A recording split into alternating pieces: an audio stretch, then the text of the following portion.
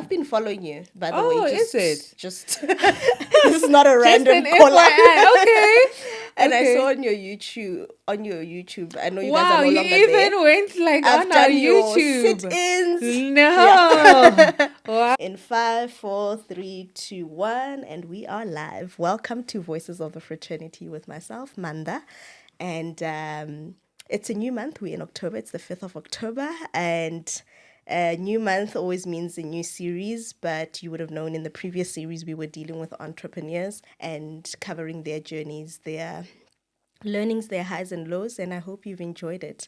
And this week, I'll call her a special guest. It's someone I wanted when we were doing the medical doctors series, but she couldn't make it.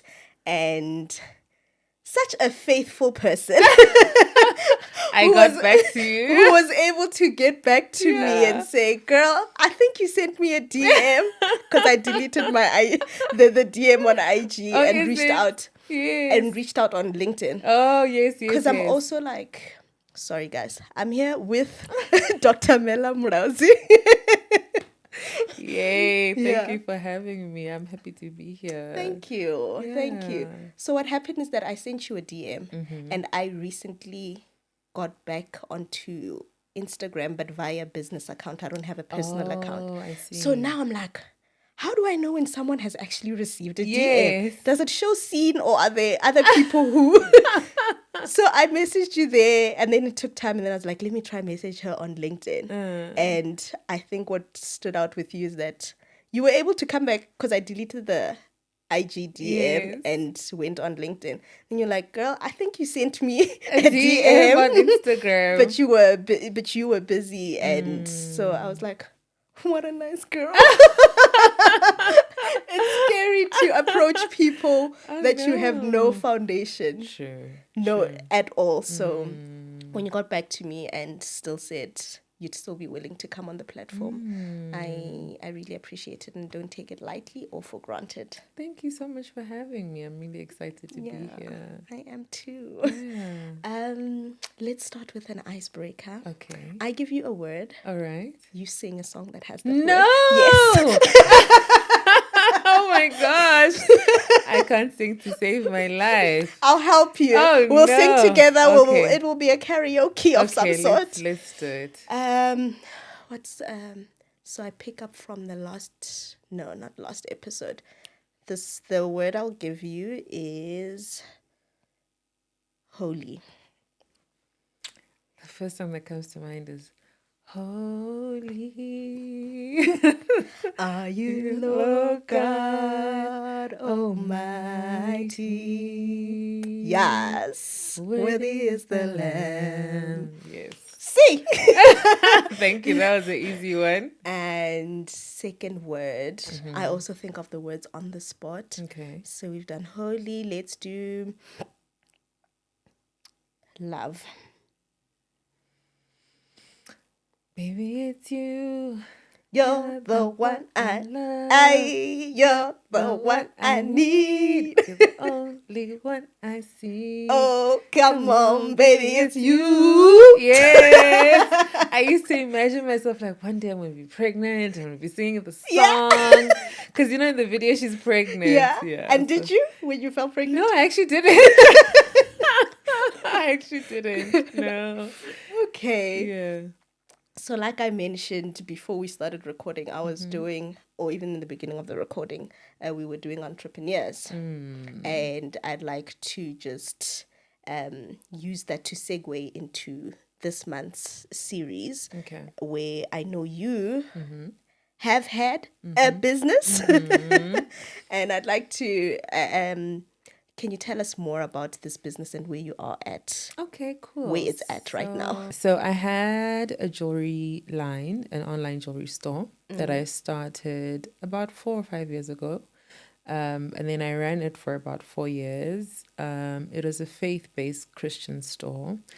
And so for me, it was, I wasn't finding like Christian verses on jewelry like locally. Yeah. And I wanted something that was going to be like to increase your faith. So basically wearing the word, right? And then it was named Abriana, and that was actually a name my husband gave me when we got married. And I think it's Arab for Mother of Many Nations. Okay. Yes, because he just said that's what God told him. Yeah, So yeah. it's actually the female version of Abraham. Yes. Yes. So, and that's kind of where, so this comes from that line. Yeah. This I started when I was pregnant, and I started like a whole mommy range and so Okay. forth. But yeah, that's basically what the business was about. And I still have like thousands of products in my house. Really? Yes. Let's sell them. Thousands. And like people come over, I'm like, take something, please. Like literally, like I Yeah. remember my nanny the other day, she's like, I really like this. I'm like, yeah, take it. Take Like my mom 2 days ago, she's like, I just feel like I need new Abriana jewelry. And I'm like, go ahead. So that's where it's at now. It's such a passion project for me. Like I love the whole concept of creating from scratch. So I would design the stuff from scratch, most of them, not everything. Yeah. And then have them made abroad, and then they were shipped in. And that's why they had our Okay. logo at the back, which was really nice. And every verse was very personal to me. And it kind of like had different stories. The one that actually doesn't have a verse, but what I loved about it is the semicolon that Yes. speaks into depression. Yeah. And that one was more about how your story is not over. And that's because I had gone through so many depressive episodes in my life, though I wasn't necessarily suicidal. Yeah. But I felt that a lot of people, actually it sold out very quickly because a Sure. lot of people, resonated with that. Yeah. So it was an outlet for me to express a lot of things through the word, I would say. And yeah, that's basically what it was. Okay. After this episode, we're gonna talk. I want some.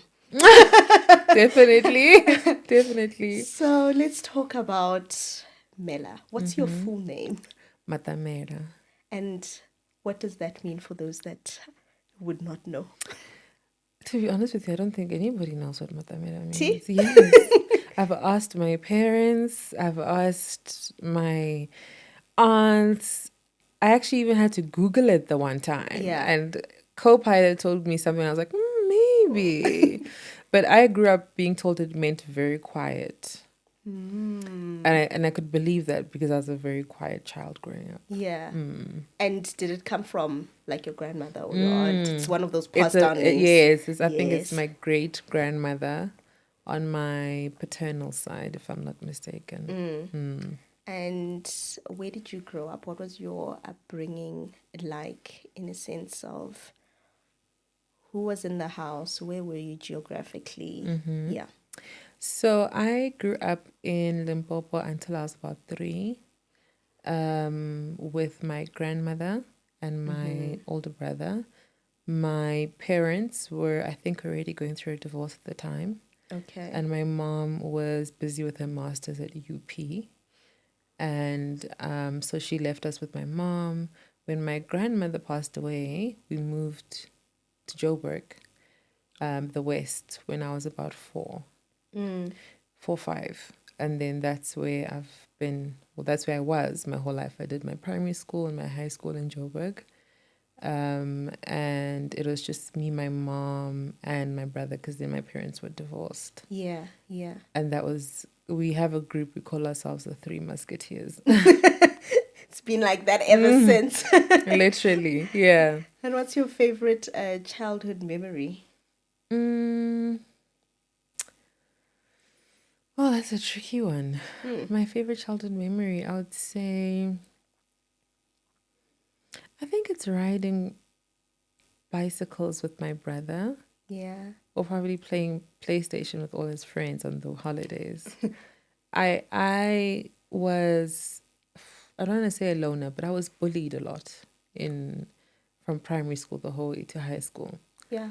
And so I didn't have a lot of friends. So like my brother and his friends were like my friends. So for me, being around them, I think, was very fulfilling. And I really enjoyed that. they made me feel very seen. They're just Yeah. like a bunch of older guys, but playing PlayStation. So I grew up playing all the things everything my brother did, I just copied him. Oh, wow. So I think Interesting. that's probably the best part of my childhood. Yeah. And you remember growing up, the earliest career Mm-hmm. you wanted to pursue? I remember in primary school, I told my mom, I want to become a psychologist because I feel like I want to talk to people and I want to help them. Mm. And then my mom was like, why don't you become a psychiatrist? Okay. And I was like, okay, I guess it's the same thing, just different qualifications. Yeah. And that's kind of like what sparked the medicine journey. And then from there, it's just, I'm going to be a doctor. A doctor. Okay. And what kind of a student or learner were you? Let's say high school. Sure. I would say, I've spoken about this a bit. My brother was the A child. He was an overachiever. I think he finished matric with like 10 distinctions or something. Sure. He was just a star, and he was always born that way. He didn't need help. I, on the other hand, was the D student in the house. Really? I struggled a lot. Sure. It was in grade 10, you had to pick your subjects. Yes. And my mom was like, okay, your brother picked these subjects because he wants to be a chartered accountant. Why don't you pick the same subjects so that you have someone who can just pave the way for you? Yeah. It'll be very easy. He'll tutor you. And I was like, no, mommy, you remember we had this discussion when I was in primary school. You said I must be a psychiatrist. That's what I'm going to be. And she said, okay, that's fine. Then she got me a tutor in every single subject, from English to Afrikaans to every single subject. And I literally went from a D student to an A student, and that's how I got into med school. So your high school had a lot of like, after school you are my whole back life was, yeah. So literally I would go home, I'd be, either tutors were coming to my house or I was going to see tutors at their houses. Like my maths tutor lived not too far from my house. My science tutor used to come to my house, or my Afrikaans tutor, stuff like that. And then I remember I had a 1 hour break every day at 7 o'clock. I remember this clearly because it's when I used to watch Grey's Anatomy. That's when I'd eat dinner, watch Grey's Anatomy. Then I'd continue studying, sleep at 10. That was my whole matric year. Just repeat, rinse and repeat every day from grade 11, actually. Yeah. And did you have any... These sound like extramural activities. Did you have any non-academic extramural activities? I tried netball. I just was not good at it. And I remember even like going to the coach and being like, what do I have to do? Like, for you to put me in the team. She's like, no, just practice. I'd go practice by myself. I'd always be like B team reserve. And I was like, this is the ghetto. I am at the pits. There's no way I'm ever gonna, if I'm B team reserve, like really, they feel sorry for me at this point. And literally I was like, okay, let me skip that and try this other sport called orienteering. And it was nice because there was like no winner and no loser. You just had a map and you just like they give you a map and a compass and you just have to be like on Survivor finding clues. Okay. And I would just do that just for the sake of having an activity. Yeah. And how did you decide on which varsity to go to? So I am the kind of person who believes on knocking on every single door. So I applied to all universities that had medicine. I think at the time there were either 7 or 8. Sure. And I applied with no second choice on the form. So I went that, like, I remember Vitz called my mom and they're like, hi, there's no second option here. And my mom calls me, I'm like, there isn't one. This is it. It's medicine or nothing. Yeah. And the lady's like, you have to write something. And I was like, there's nothing. She's like, I'm just going to write physiotherapy for you. And I was like, fine, but I'm not doing that. That's not the plan. Right. And so I cast my net very wide. And then universities then came back. So I wanted to go to UCT. And then UCT actually took me, Wits took me, I think it Free State accepted me for some random degree. I think then Medunsa also took me. Then my mom was like, you can't go to UCT because you've got tonsillitis. I think she just wanted an excuse to have me around. She's like, no, you're like going to get sick and you're going to be by yourself. But also I wasn't very like self-sustaining. Like my mom did everything for me. So yeah, so I was like, that makes sense. And I was like, yeah, we'll go into Wits. And my brother was also at Wits. Okay. So it was just like, that's a good option. Yeah. That was actually the only reason. I wanted to go to UCT to be like far away and stuff. But I was actually glad I went to Wits because I realized I was very codependent on my mom. Yeah. Probably till I got married. Really? So when you went to Wits, I'm assuming you stayed at home? No, I went to Res, but Okay. she would still meal prep all my meals, do all my laundry. I was just staying out of the house, but everything was done for me. Literally, I think until about 5th year. Then I was like, I think I should move home. It's making no difference to me where I'm at. And you're here every day. Why don't I just move home? And then I moved over and I finished the rest of my academic years at home. There. Okay. And how was your varsity journey, especially academically? I watched one of your YouTube episodes where you share the highs and the lows. And yeah, so you can choose how you frame it. It was challenging. Challenging because I was this child who always felt like I was never good enough growing up. And then I had a miracle moment where I became an A student, right? Overnight. Not really overnight. The work was put in, but for 10 years before that, you just average. And then maybe for a year or two, you become exceptional. Yeah. And now you're in a boat of exceptional people. They're telling you this is the 1%, right? And I was like, but I don't feel like the 1% because I'm still feeling like the older version of myself. Yeah. The version that's just scrapes by. I had teachers at my school tell me, you're not going to get into medicine. You're just not. With how we know you, you will not get in. And so I think it was tough in my first year because mentally I just took myself back to feeling like I wasn't good enough. And I felt like if I don't have all these tutors, then I'm not going to be good enough. But funny enough, I still passed. Yeah. But barely passed.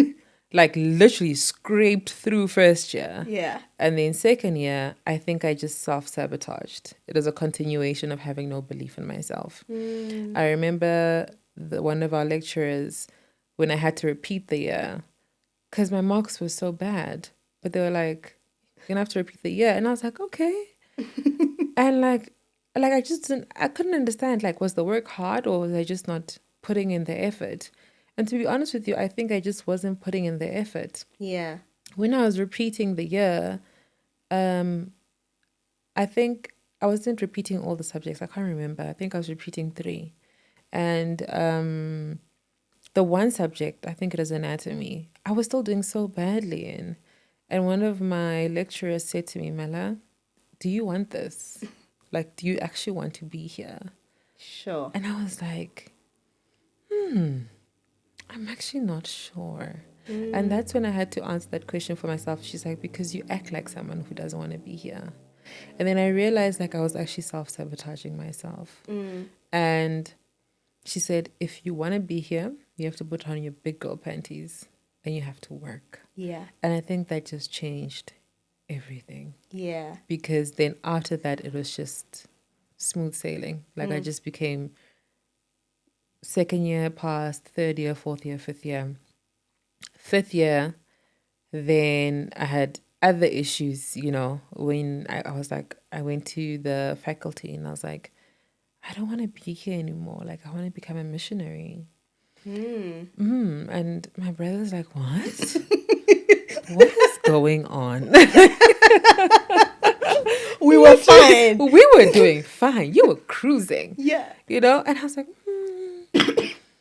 I just don't want to be here anymore. I think it's just God has called me to other things. And I remember the faculty were like, Mela, you passed fifth year really well. Like, you're doing really well. You have 1 year left. Yeah. And they said to me, we can give you like a gap year and then you can come back. And my mom was like, I'm giving you a year.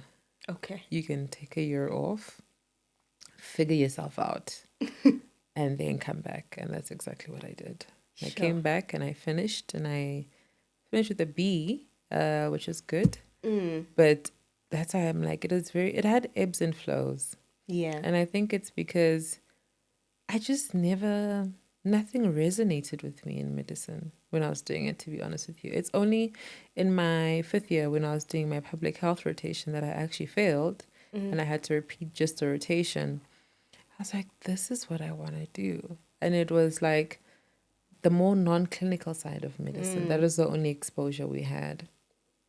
And everything else, I just felt like, this is not it. This is not it. Every like rotation I go through, I'm like, I'm not finding. And then you get nervous because other people are like, oh, I'm going to be a surgeon. I'm going to be a thoracic surgeon. I'm going to be a pediatrician. You're like, oof, not me. Yeah. So I think it was tug and war for me. My spirit was at tug and war for a really long time. I can imagine how that feels when you're surrounded by people who know what they want. I think I was in a similar situation in high school where everybody was clear on what they want. Like, I'm passing, but I really don't know what I want. Like, do I even have a future? But yeah, I think it plays on your mind to a certain degree. A lot. Yeah. And how was life after varsity? Because then you go into your training now. How was your training? Fantastic. Oh, things changed. It was so different. Like, I went into it so like, I have to be in this clinical space. Like, and the thing is, when you would ask me, what else would you rather do? I didn't have an answer for you. I'd be like, no, I want to do medicine. Like, I want to be a doctor. So then why don't you like it? I don't know. Then I went into my internship and I loved it. I enjoyed every rotation. I enjoyed learning. And I remember, the consultants would always be like, oh, Mela, you should really come back and specialize in this. And one of them was psychiatry, where they were like, you really are good at this. And I'd be like, no, I'm going to the non-clinical route. But I already knew by then. Yeah. But I loved it. Even when I did my ComServe, I specifically chose a very rural area purposefully because I did my internship in like one of the best public hospitals in South Africa. And I wanted something that was the complete opposite. Because for me, I'm like, if I'm going to go into public health medicine, I need to see both sides of the coin. Yeah. Right? I need to see where we're doing really well and where we're really failing in healthcare. And that's what I did. And yeah, it was a very tough year, but it just put so many things into perspective for me. So I guess the practical part of it was great. But you left. I did, because that was always part of the plan. So basically, when I was doing my ComServe, I started applying, and I wanted to get into reg time for public health, public health medicine. And that was the plan, right? And I'm applying and I'm writing like motivational letters and everything. And then my husband is like, there are a lot of jobs for doctors on LinkedIn. As doctors, we don't even know what LinkedIn is. Like, never heard of it, never applied for a job before. So it's just not our space. Yeah. And he said, I think set up like a LinkedIn profile. We all had one, like from like second year, just has your little profile picture and nothing, right? And then I was like, okay, cool. So I started like going on LinkedIn and Googling jobs for medical doctors. And all these companies are coming up. And I'm like, really? Like, a doctor can work here? Very interesting. Because back then there was no information on corporate medicine. And so then I decided, okay, let me just apply. And I applied for like 71 jobs. Literally, I have it You on my knocked on phone. every job, I on every knocked door. on every door because that is me. I always Yeah. cast my net, right? I'm like, I am not going to be unemployed. Yeah. I'm not going to do something I don't like. So let me give myself options. And I would apply and get like auto rejected. My husband's like, okay, let me just see your CV. What does your CV look What like? is it looking? What's the Because issue everything here? is getting rejected. I showed him. He's like, oh, who did this? I was like, me. He's like, babe, okay, you know what? I got this. Don't worry. And he like redid my whole CV.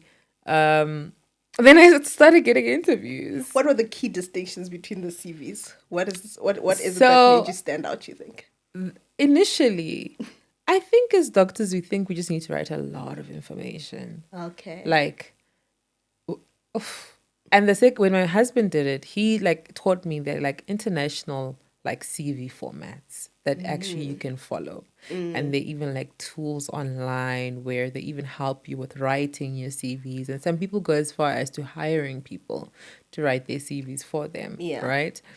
And when I looked at the two CVs, the first one was just information overload, but with no clear understanding of even the job, no relation to what I'm actually applying for. And he taught me that you actually need to look at the job spec. Yeah. And you kind of need to tailor it for every job. I'm like, Every every application. job?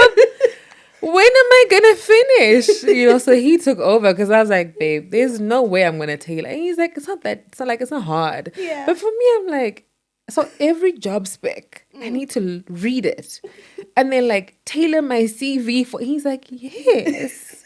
And I'm like, I thought it was a one shoe, one Yeah. size fits all. And he's Yeah. like, no, that's not how it works. So I think that was the biggest distinction. And then I applied for all these jobs, or most of them non-clinical. A few clinical just in case I can't get into non-clinical spaces. But my thing was I'm going to be a reg for 4 years in a government institution doing public health. Then I'm going to go work at the government and become the next Minister of Health. Okay. That was the plan. Yeah. And then the job that I got, I hadn't even applied for it because my husband, you guys as corporate people, LinkedIn is like... Yeah. It's our playground. It's like Instagram for you, right? So he would just be like there applying jobs for me. One day I get a call from this company. They're like, hi, doc, you applied for this job. I'm like, I did? And they're like, yes, would love to call you for an interview. I'm like, can you send me the job spec? Because now I know what a job spec is. Yes. I'm like, I think I'm going to need the job spec to prepare because I had never seen it. My husband actually applied for the role. And the lady was so surprised. She's like, okay, I'll send it to you. And then I went for the interview. That was actually not my first interview. My first interview was with a research company with Wits. And I hate research. So I was like, God, I don't want this job, but I have knocked on the door and they have opened. So if this is where you want me to be. And I remember walking into the building so discouraged, like, I don't want to be here. Yeah. And the interview went so badly. And like, she was asking me, why do you want to come into research? And I was like, I couldn't even lie. I was like, I just think it's very interesting. And the interview went so bad, I think we looked at each other for like the last 10 minutes of the interview. It was so awkward. And I remember my husband came and picked me up and I was like, I don't want to do research. Like, it's not for me. So that was the first interview I ever had done in my life. Because remember, internship and ComServe, you just pick where you want to go. Yeah. And then my second interview was for a medical advisor role. And I was like, this is what I want. These big fancy corporations. And Yes. I want to, get a latte and, there's a Starbucks in the building. I was like, wow. Wear Like, cute shoes, hold handbags. exactly. I'm going to be a corporate girly. Scrub Yeah. days are over. So I really prepared for that interview. Like, my husband took me through the job spec. My mom went through with it with me. They coached me. It was online. So I remember I was sitting in the office, and then I had like my laptop, and then on the wall behind the laptop was just like everything, like from my introduction, my whole, like, just in case. Okay. Yeah, I was like, I am not gonna mess this up. Yeah. Like, even like, what is a medical advisor? I remember Googling, and there was nothing. It'd only be like some random thing from overseas saying like, oh, this is what a medical advisor is. And I'm like, oh, even on their websites, there was nothing. Sure. So I remember my boss, before he became my boss, he asked me, he said, what is a medical advisor? And I was like, oof, I knew this question was going to come up. And I gave him some very vague answer. And he just laughed. He's like, okay, not entirely, but you're on track, right? But I think they were just so blown away about like the NGO I had founded and everything else I had done, and they just really loved my personality. I think they hired me on that because all the technical stuff was not there. Yeah. And then I got into that company, and it was an amazing 2.5 years. I got to learn so much. Like, that's when I was like, so this is what the corporate space is about. Like, there's so many avenues that doctors can go to in corporate. So I may be like in medical insurance, for example, but you can go into consulting. You can go to your BCGs, your McKinseys, your PwCs. Yes. You can go into pharma, your Johnson & Johnson, your Aspen, your Cipla. You can go into research. Like, you can go into occupational health. Sure. There's so many spaces, but we have no exposure to it. So you actually don't know it exists until you see someone in the space. It's actually mind-blowing, and I think it's one of the reasons I found it important that when I did the medical series, I needed people who are not just in clinical practice, but people who can show us that, guys, there's a world outside of this. Because I can imagine when a lot of people who are still students and in varsity, they only have this one narrow mind that the highest calling will be a specialist. Exactly. And that's exactly. it. And that's kind of what you're taught, right? And the maybe clinical but non-clinical part is just public health. If you don't want to do anything like touching a patient, public health, that's where we all knew to go. Yeah. Like, if we don't want to touch patients. And then you learn there's this whole world that exists, and it's just so mind-boggling. So when you got into it, what was finally your understanding of what it means to be a medical advisor for someone who's watching and still wondering, so what are you doing? So it depends. It actually depends, because medical advisor means so many different things depending on the company that you're working for. Sure. So you could be a medical advisor in pharma, and you're Johnson & Johnson, and your scope of work is so different, because there you're looking more at the medications, the drugs, you're doing trials and how you're going to put that in the market and the efficacy. And so it's very different. And then you're in medical insurance, and it's more about, a silly example that I always use is, for example, you're going for a C-section. And then we have to look for, like, on your plan type, do you have the benefit for like an elective C-section, for example? When doctors are coding or claiming, are they doing things correctly? Because there's a lot of fraud that happens in this space, right? So basically, in medical insurance, when you're a medical advisor, you're there as a risk mitigator. Okay. To actually just make sure what the doctors are saying and doing correlates. Okay. So if you're going for an operation and your doctor bills us for, like, I don't know, something so random, and you just went to get like, something so simple done, like your tonsils removed, and he's billing us for knee surgery, a layman will not understand the difference. But as a doctor, you'll be like, I've been there. what is this? Or they're like, we used 500 swabs, and you're like, why would you need 500 swabs? The standard is 20. Yeah. So that's kind of where the clinical element of the knowledge comes in. But there's so many aspects even in medical insurance. Like you can be in the risk side, you can be in wellness, you can be in spaces where I'm in, we're more the clinical team. Okay. Right? So it's very hard to say what is this, because even in this there are so many this. Yes. Does that make Yeah, sense? I get it. I Yeah. think that makes it beautiful. Like, you're not going to be limited in any way. No, not at all. And there's so many spaces for you to pivot into, right? And I always say to people, because I then moved from that company to another company, and this Yeah. company that I went into, I remember Ori, my daughter, was like 3 months, and I was nursing in the middle of the night. It was like 2 a.m. Yeah. I was just on LinkedIn, now that I know how it works. I'm like just randomly applying for stuff, and I applied for the senior medical advisor role at another company. And because for me, I was like, okay, 2 years, I was a medical advisor, then senior makes sense to that to be my next trajectory. I applied for it. They called me. I did the interview. And then I think about a week or two later, they call me. They're like, hi. And I'm like, oof, no, I didn't get it. And they're like, no, actually, we want you to be the head of the medical advisors. No way. Yes. And I was like, no. No, my daughter's 4 months old. I am not. I don't even have the job spec. Like, what do you guys want? What is that? Right? And they're like, and I was like, okay, but if I don't do well at this one, well, I still get the other role. And they're like, and I was like, because I just need to weigh my options, because I can go into this interview and bomb it, right? And then the other one, you're saying I did so well that you want me for this job. Yeah. So will I get the other role? And I remember the lady with HR was just laughing at me. She's like, we would have to discuss that. Okay. And I was like, okay, yeah, no. And I remember they sent me the job spec, and I was like, this is impossible. Like, I've only had 2.5 years in corporate. I cannot do this. And I did the interview. It was so hard. I remember I called my husband. I'm like, I didn't get that job. There's no way. And then the next thing I'm doing psychometrics. I'm like, oh, maybe I did.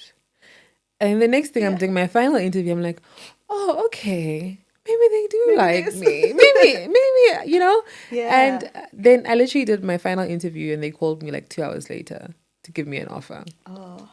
And I remember I had to ask, I was also interviewing with other companies at the time. Okay. And there were other companies that I was more interested in, actually. I was like, what is my why? If I get this job, like, yes, it's nice to have this big title, and I'm going to be managing a team of people, but what is the why? Because that's the only reason why I'm going to stay. Yeah. And I prayed about it, and God said, when I closed my mentorship program, it actually broke me. I was like, I felt like I had lost all my identity. And God said, this is to show you that, you can use your gift in any space. And you're going to have a team of, 11 plus people. Yeah. Mentor them. Yes. That is the next step. Sure. Grow them. That is still part of your calling. That is still part of your journey. And that's why I took the job. Because for me, it was, if I hadn't asked myself that question, I probably would have left by now. Because jobs get very hard. Yeah. And, corporate is corporate. So I always go back to the why. And I always tell people, even with yourself, you have to ask yourself that question. Yeah. Like, why are you doing this? And I was discussing this with someone the other day, and I just said, I remember when I was in internship, one of my registrars were like, Mela, you can't go into corporate. They don't respect doctors there. Oh. And I was like, oh, really? And he's like, yeah, they don't care about your title. And, because remember, in the medical fraternity, you are like the highest level. Yes. Right? Yes. And as a specialist, it's even worse. Like, you are. We all look at you like, wow. Like, here come the specialists, and they have all this knowledge, and they save lives, and it's amazing because they do. Yeah. And then you go into corporate, people are just like, hi, Mela. You're like, it's Dr. Mela. Dr. Mela, please. Yeah. But then like you get to a point where then actually God works on you because you remember that actually it's not about the title. And I think that's why you have to know your why. Yeah. So because for me, I didn't care about that. But actually, just call me Mela. It's fine. And then some people will be like, oh no, we can't do that. And then there are people who will be like, yes, that's who you are. And so I think that if you go into spaces still holding on to things that you think give you identity apart from yourself as who you are, you can actually get quite lost. Yeah. Because you'll find that you expect people to hold you to a certain regard. But so what? So what, you're a doctor? They're actuaries, they're engineers, they're lawyers, everybody's a professional. Yeah. So what? Oh, And I wow. guess like you have to get to that point in corporate because it's not just about you. Yeah. Then you are part of the business, but so is everybody else. So is everybody else. And everybody else is also as equally as important. Sure. So, yeah. Yeah. To wind it down, I think I'd be doing this podcast an injustice if we don't talk about Mela the mom, Mela the wife, Yes. Mela the TikTok. People love you. I love you on TikTok. Thank you. I don't know. Let's start with Mela the wife transitioned to Mela the mother. I don't know when TikTok started I can featuring. even tell you when TikTok started. So, Mela the wife to my amazing husband, who's actually like literally my life coach and my best friend. Yeah. And Mela the wife is very soft. Yeah. But that's because I have a husband that leads very well. So I never have to. My therapist said to me, and I wrote this the other day, she said, you're so fortunate to find a man who like calms your nervous system and who heals you and heals a lot of your childhood trauma. And I was like, Stacy, you are onto something. Her name is Stacy. So short, I'm sorry. And I was like, wow, I had never thought of it that way. Because people would ask me like, you're like this, you know, you have a very big position at work and you do this and you're very goal driven. Yes. How do you separate that when you get home? And I'm like, for me, I don't even have to separate it. My husband is a boss. Yeah. He is, you know, in his own right. Yes. My husband sets the tone in our house. And it's always just been, he's so easy to love. He leads me. He nurtures me. He prays so for me. beautiful. And so Mela the wife is my favorite version, to be honest with you. Because Mela the wife is who I feel like I am. I am safe. I am calm. I am nurtured and I am loved.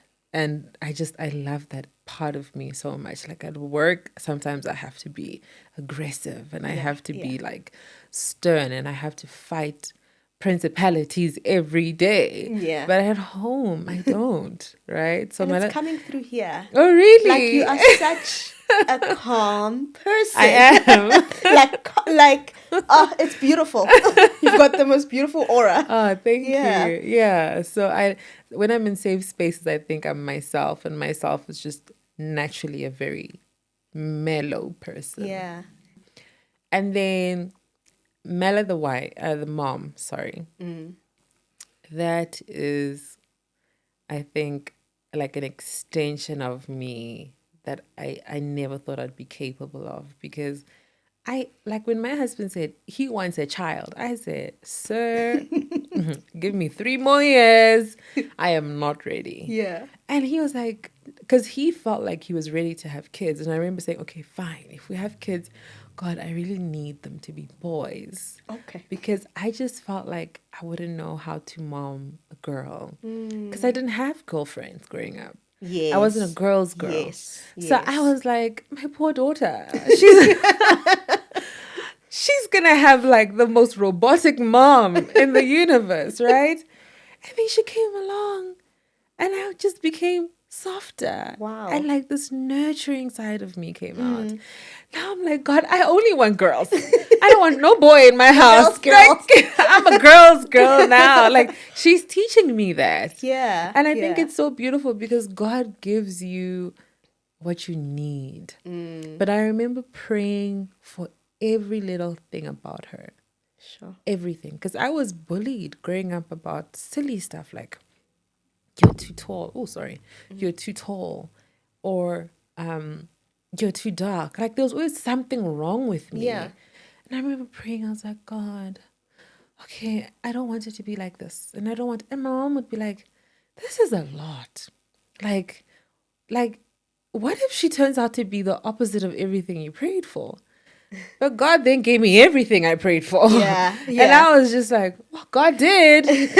So, but at the same time, I was like, either way, I actually would have just loved her. But she is so perfect. Yeah. She is literally like, I look at her and I'm just like, this is God in human form. Wow. Like it's like Wow. it's so insane. Like motherhood has changed me because it's helped me have boundaries. I don't think I had boundaries before. And people now are like, who is this Mela? And I'm like, this is the mom Mela. You know, I need to be on time. Yeah. I have a schedule. My daughter sleeps at 7. So I need to finish work before that so I can have time with her. Yes. And like now I have all these boundaries in place and I just love that for myself. Sure. So she has like brought out sides of me that I didn't even know were parts where maybe I was actually being very detrimental to myself. And she has came along and said, Mommy,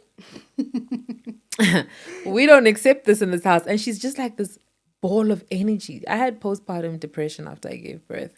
Oh no. Yes. So I was just like, oh, my child is going to suffer. I'm going to be this robotic mom. And I remember having to go on antidepressants for the first time.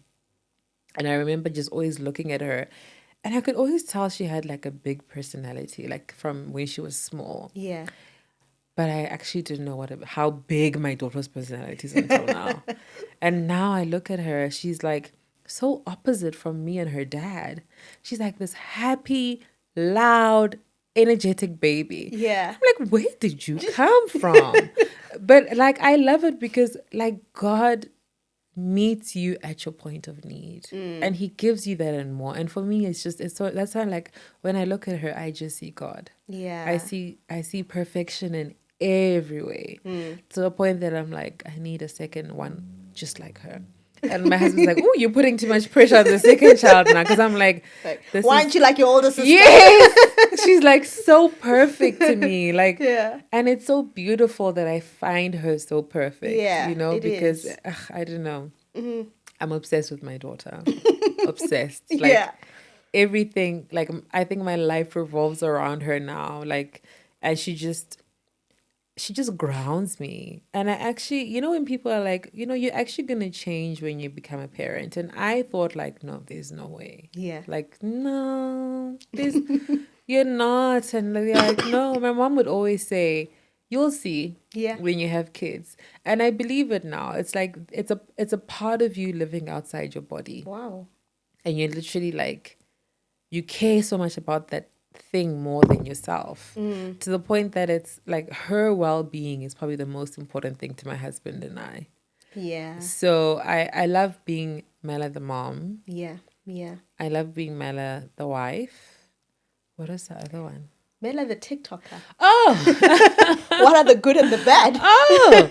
Mela the TikToker came about after I gave birth. And I was on my maternity leave. Okay. And I didn't know how to cook. I never knew how to cook. But my husband was like, I'm going to marry you regardless. You'll make us your French toast. And we'll have French toast for dinner, you know? And so my mom was around quite a bit. And she's like, and I was like, I really actually want to learn. Like how to because my husband loves very like traditional food. Mm-hmm. He's like a true Venda man. Grew up in Venda. He likes the things that I don't like eating, like mopani worms, moroho, you know? And I'm like, no. Everything was like, oh, koderi wow. And I'm like, what is that? Like, literally. So, like, and she started teaching me. And my husband was like, babe, why don't you document it? Like, he had just bought me, like, a new camera. Okay. Because I was so sure I was going to be a YouTuber. And I was like, oh, this is too much work. I have no capacity for this. I was like, actually, TikTok is quick. Yeah. The videos are like a minute, right? And he's like, why don't you document it? Like, you're like your cooking journey. And that's literally how I started. I just started cooking for my husband. Sure. And then people really liked it. We did. And then one day I posted my daughter and my mom, and the video went viral. And I was like, is this how TikTok works? 'Cause I don't even know what the formula here is. Yeah. And that's what it was. Just literally cooking for my husband, documenting my so I love online journals. So for me, TikTok is like journaling. Yeah. Yeah. And that's why when I'm, the ebbs and flows, when I'm in the dipping season, you'll see less content from me. Yeah. Because for me, it's literally a journal. Sure. So I view it that way as just like the space where I share my life. And it's not necessarily with the world. It was just more for me. And I guess then this community came along. Yeah. And I love that because I really love the community that I have. Yeah. I love all my vendor people. Always writing and vendor there, and I have to take me 10 minutes to just decipher the comment. And then I have to ask my nanny, how do I spell this when I'm trying to respond back? Is it a TH or just the T? Exactly. So literally. So that's how Mela the TikToker came about. And then it was like, yeah, this makes more sense than YouTube because it's just so much easier. Yeah. Yeah. And then it was different because Mela on Instagram is just more about my work life and a little bit of my family. Yeah. But then Mela, the TikTok, is just like the Mulaudzi. So it's like the whole family part of it, right? But it's like, it's tough because there are moments where I'm like, I don't want my daughter on social media. Then there are moments where I'm like, but I want to celebrate her. Yeah. Because for me, it's like celebrating the goodness of God. Yes. And that's kind of how I've always viewed my life. I remember there were times people were like, why do you post your life? Like, people are going to bewitch you. And I want to be like, girl, please. Please. This is the glory of God. Yeah. Nobody can get in the way of that, right? And I took that advice and I went with it. Yeah. That this is God's glory and people need to see how good God is. Yeah. And if he's using me as a vessel of that, so be it. But it really comes with a lot of negative comments at times. At times. Because people will tell Those you... grocery hauls. Can you not read the room? And then the next thing I find myself on an article. Oh, it gets there. Yes, multiple times. I had to email those guys. I think I messaged them and I said, guys, please stop, please. My husband one time at work just got like a link to like an article online about my groceries. And then they'll start posting like everything. Like there was this random one I did about like what I do in the marriage and what he does. And I was like, just give birth to the kids. That became an article. Like everything was becoming an article. I was like, guys, please stop. And it's like, I don't, and then like you buy something nice or you're flying business class and someone is like, read the room. We're struggling in South Africa. Why are you posting your caviar? Like, it's not the reality of Ramaphosa's economy. Yes, literally.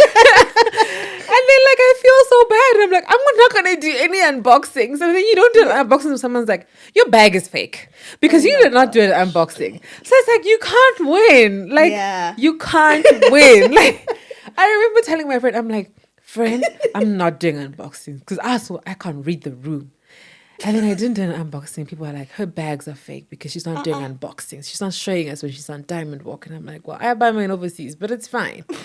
And then it's like, then you do an unboxing. It's like, wow, Mela, you're too much for us. And I'm just like, I will never win. Nah. I will never win. And like my husband's always like, don't care.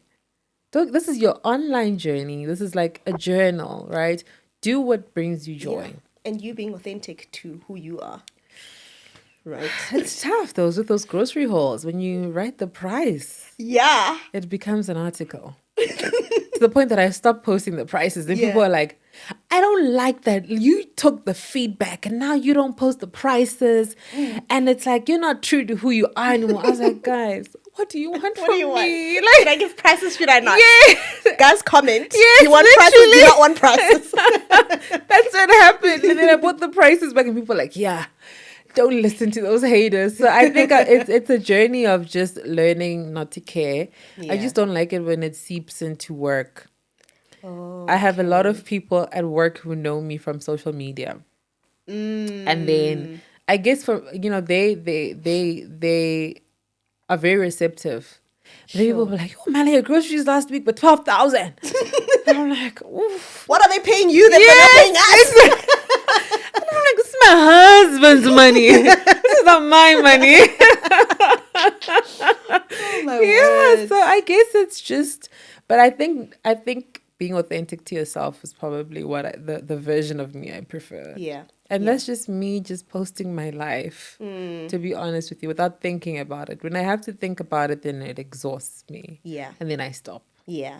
And everyone's like, Mia Oriba guy. And I'm like, "You don't need to, so just give me a minute."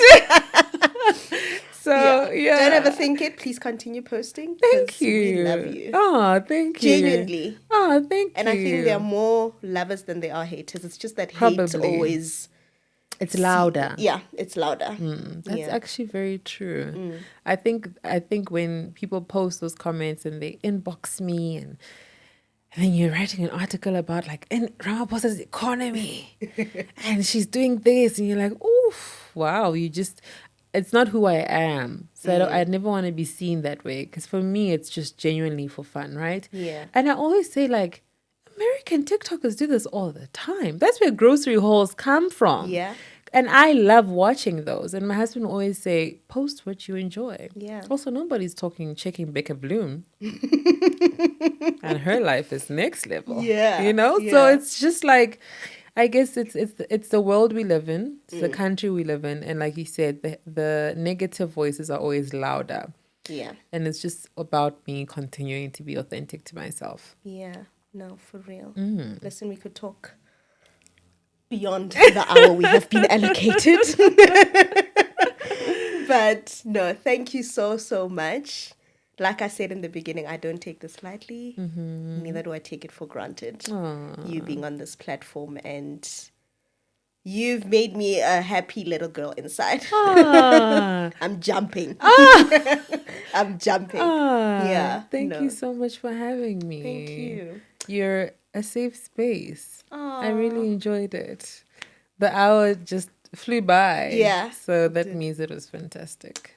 Great. Yeah. Viewers at home, in your car, wherever you're listening or watching, thank you so much for joining us. Until next week, we will be delving into new careers, new designations. So we've done doctors, we've done CASAs, we've done FASAs, your actuaries. Now we're going into designations that you probably have never heard of, like CISA, CIA. Yeah, many other designations that we still need to put shine a spotlight on, just so that you know that there are many careers out there that are at your disposal. But until next time, sharp, sharp. Bye. Sharp. Oh, I loved it. You're so easy. Really? Yes. I'm glad. Seriously. Like, I'm glad, because it's our first time as well. yeah. It's our first interaction. No, seriously. Like, you're really good at it.